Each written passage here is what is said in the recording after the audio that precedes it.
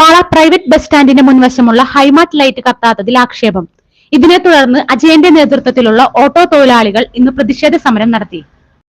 ഹൈമാർട്ട് light ഒരു മാസം മുന്നോടിക്കുന്നത് നെയ്യടച്ചേക്കുന്നത്. അപ്പോൾ ഓണത്തിന് മുന്നേ ഇതിലേക്ക് കത്തിക്കാനായിട്ട് പ്രസിഡന്റിനോട് പറഞ്ഞിട്ട് അധികാരികളോട് ഇത് മൊത്തം പറഞ്ഞിട്ട് അവർ ആരും കേൾക്കണമെന്നില്ല. അപ്പോൾ ഒരു പ്രതിഷേധ സൂചകമായിട്ട് ഒരാഴ്ചയായിട്ട് പന്തം കത്തിക്കണം ഇവിടെ.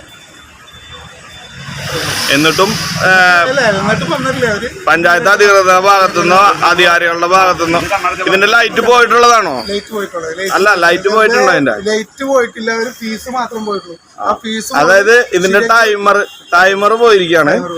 അപ്പോ അത് ഡയറക്റ്റ് ലൈൻ കൊടുത്തു കഴിഞ്ഞാൽ നമുക്ക് ഉപയോഗിക്കാൻ പറ്റും. ടൈമർ വെച്ചിട്ട് കാര്യമില്ല, ഷോർട്ടായിട്ട് പോവുകയാണ്.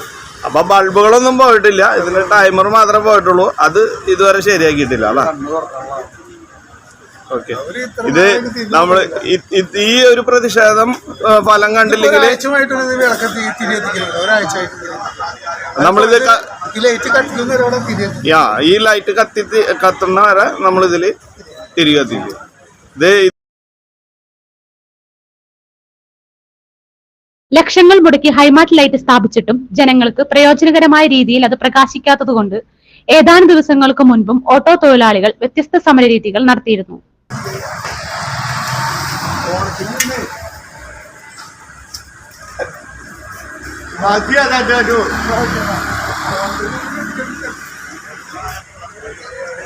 നൂറ്റാണ്ടായി ചുമയ്ക്കും ജലദോഷത്തിനും കഫക്കെട്ടിനും ആശ്വാസം നൽകുന്ന ഔഷധക്കൂട്ട് ആയുഷ് സർട്ടിഫിക്കേഷൻ മികവുമായി KP പത്രോസ് വൈദ്യൻസ് കണ്ടംകുളത്തി ഏലാതി ലേഹ്യം.